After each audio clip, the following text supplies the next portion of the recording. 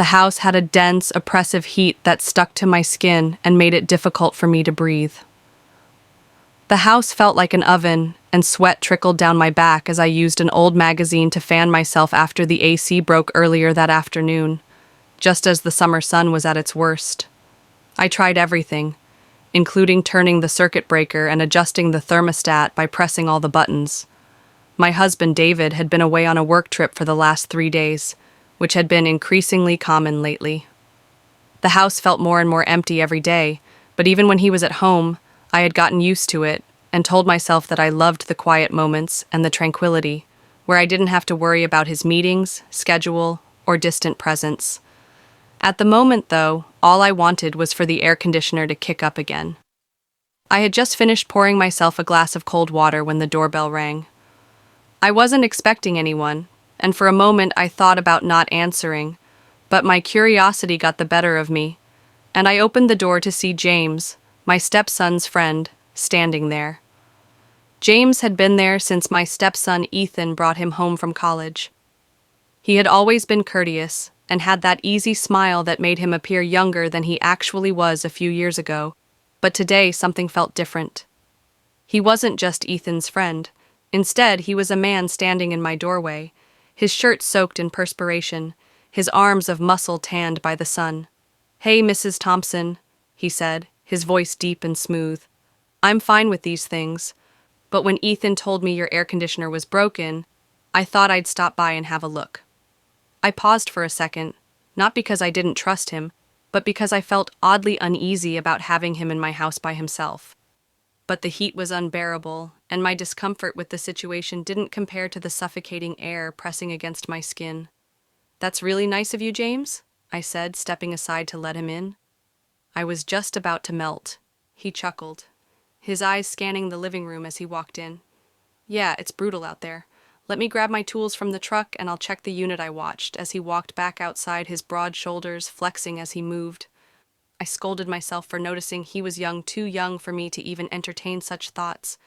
But something about him, the confidence in his stride, the casual way he carried himself made my stomach twist in a way I hadn't felt in years. I shook the thought away and grabbed a glass of water for him, telling myself I was just being a good host. When he returned, he had a toolbox in one hand, his shirt now discarded, revealing a lean torso, covered in a light sheen of sweat. I cleared my throat and turned away. "The AC unit is in the back," I said, leading him through the hallway as he worked. I sat nearby, watching him with what I hoped was a casual expression. The room was still warm, but something else made the air feel thick. It was the way his arms flexed as he tightened the screw, the way he bit his lip in concentration, completely unaware of how intensely masculine he looked in that moment. I hadn't felt this aware of someone in years. I tried to keep my thoughts in check. He's just a kid, I reminded myself, Ethan's friend. But at 50, I wasn't naive. I knew when a man noticed a woman, and there were moments, quick glances, the flicker of his gaze over my legs, the way he stood just a little closer than necessary. That made me wonder if James saw me not as Ethan's stepmother, but as a woman. I forced myself to speak to break the tension. "You're good at this," I said, offering a small smile. "You ever thought about doing it professionally?" James glanced up, wiping the sweat off his brow. "Nah, just a hobby comes in handy, though." His eyes held mine for a beat longer than they should have, and my pulse quickened. I swallowed and looked away, pretending to focus on the ceiling fan. "Well, I appreciate it. I was going crazy in this heat." He grinned, standing up and stretching his body, all lean muscle and effortless confidence, almost done. "Just need a few more minutes." I nodded, but my mouth had gone dry. I wasn't sure if it was because of the heat, or the way James looked at me like he was waiting for something, some signal, some invitation. I shouldn't feel this way. I was a married woman. I had a life, a home, responsibilities. But in that moment, none of that mattered. The only thing I could think about was the fact that for the first time in years, I felt seen. The AC hummed back to life, a cool breeze sweeping through the room, but the heat between us that wasn't going anywhere. James turned to me, that same playful smirk on his lips. "There you go, Mrs. Thompson, all fixed." I let out a breath. I didn't know I was holding. "Thank you, James." His eyes lingered on me, dark and unreadable. Then he nodded and grabbed his tools. I should go, he said, but he didn't move. Not right away, and neither did I. James worked with quiet focus, his strong arms flexing with each movement. The dim afternoon light caught the sheen of sweat on his skin, making him look effortlessly rugged. I sat nearby, pretending to scroll through my phone, but my eyes kept drifting back to him. He moved with such ease, like he belonged in any space he stepped into. "So you always this handy?" I asked, trying to keep my voice light. He chuckled, glancing at me with a teasing smirk.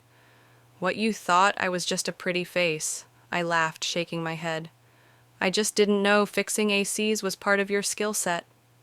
"Well, there's a lot you don't know about me, Mrs. Thompson," he said, his voice dipping just slightly the way he looked at me. Steady knowing made my stomach tighten.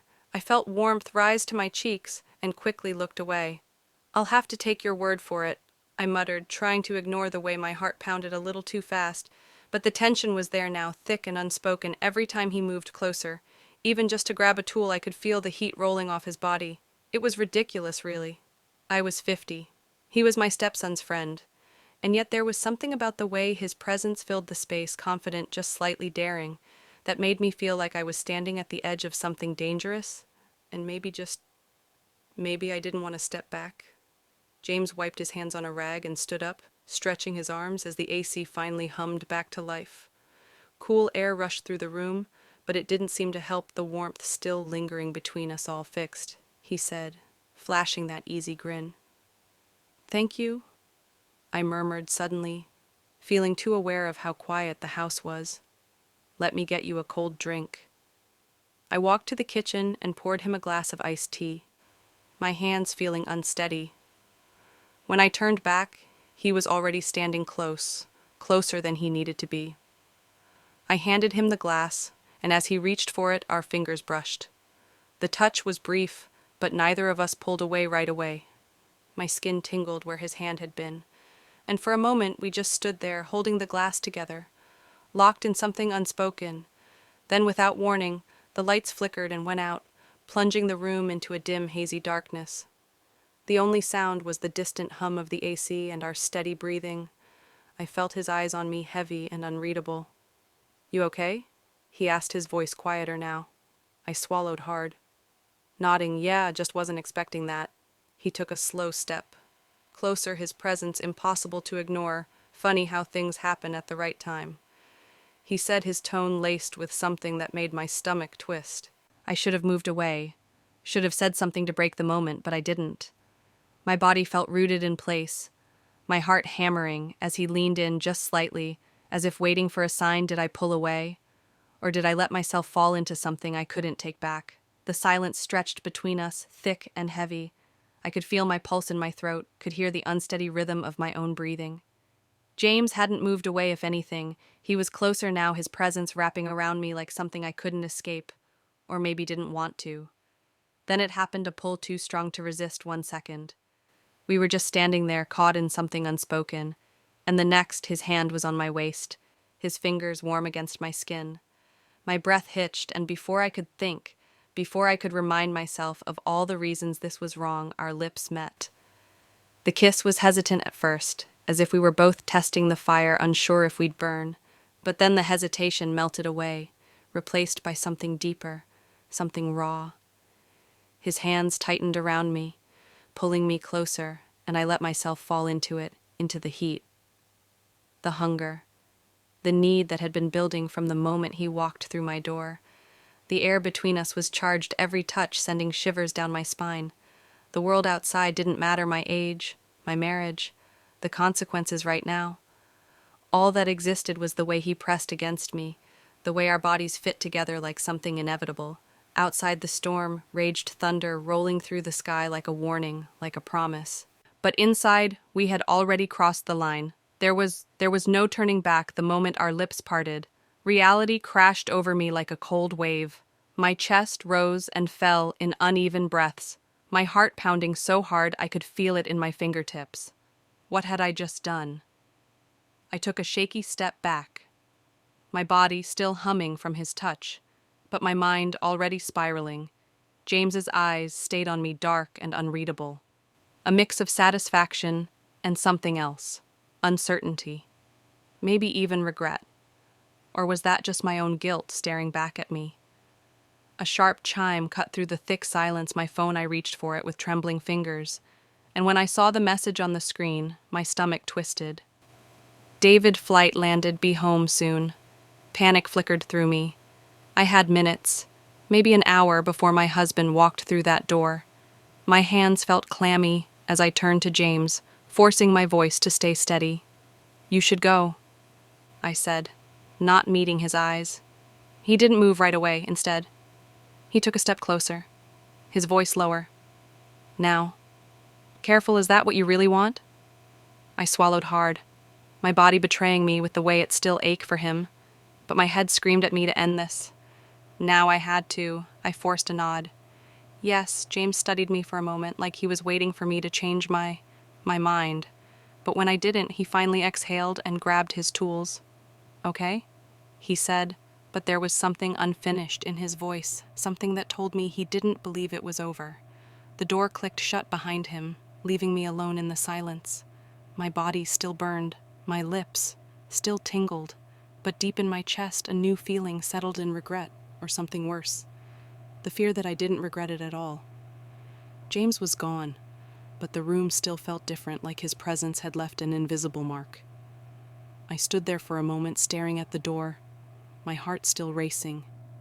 I had to pull myself together. I had to forget this ever happened. I took a deep breath, pressing my fingers to my lips, as if that could erase the way he had kissed me, the way my body had responded, like it had been waiting for something like this. But I couldn't let myself go down that road. As I focused on my phone, my husband's message reminded me that I needed to be the wife he expected. I tried to push James out of my mind, but as I went about my evening, fixing my hair, setting the table, and preparing for his return, I felt the weight of it all settle in, no matter how much I told myself it was over.